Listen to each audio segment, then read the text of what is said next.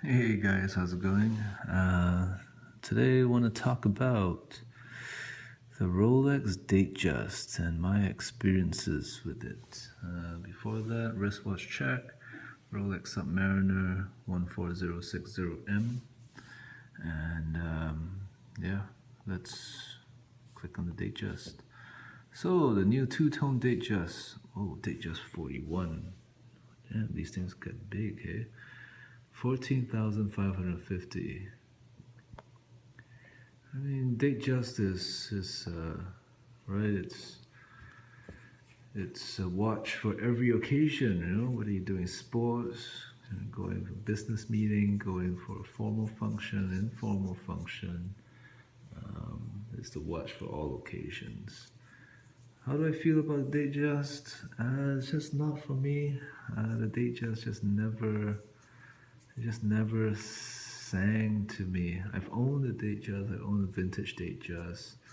For the 36 millimeter was reference 1603. I had it in a blue dial, and it was a good watch, but it just didn't really do it for me. The fluted bezel, I don't know what it was. It was just very. It just wasn't for me, right? But it's obviously it's an icon, right?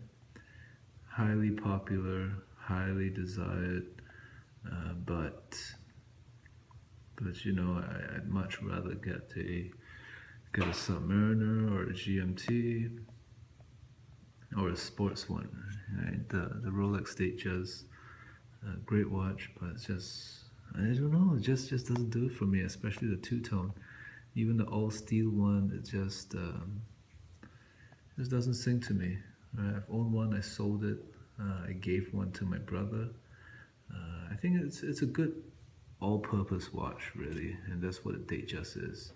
You know, if you're not the Datejust is for someone who's really not into watches, but knows enough that Rolex is king, and he wants a Rolex. He doesn't really care what kind of model it is, or he wants to show that he's wearing a Rolex, and he gets a Datejust because it represents everything good about the company, right? And it instills all its virtues, right, of it being a very robust watch and a well-designed, elegant watch.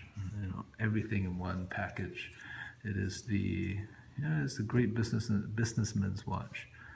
But for me, I prefer watches with a little bit more, a little bit more narrow-minded in its execution.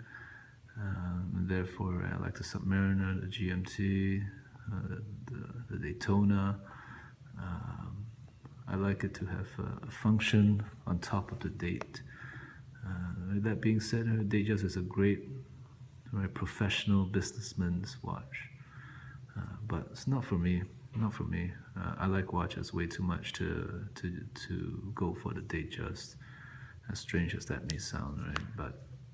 But you know what? For ladies, right? The ladies' Rolex, I think the Datejust is perfect, right?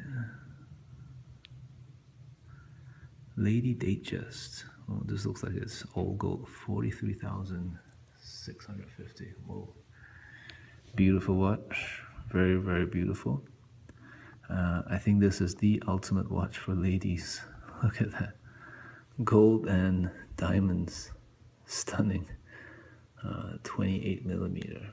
Yeah. Yeah, for women, the Datejust is perfect.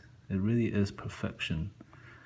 But for men, men, you have other choices.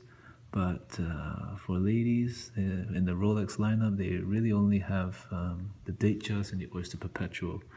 I would tend to gravitate towards the Oyster Perpetual just because I think for a watch that small, to have a date is a little bit cluttered. And it's kind of hard to read the date anyway. So I think the best ladies' watch is actually Oyster Perpetual. But yeah, great watch. Right, true icon. And yeah, that's it. Thanks a lot for watching. Bye.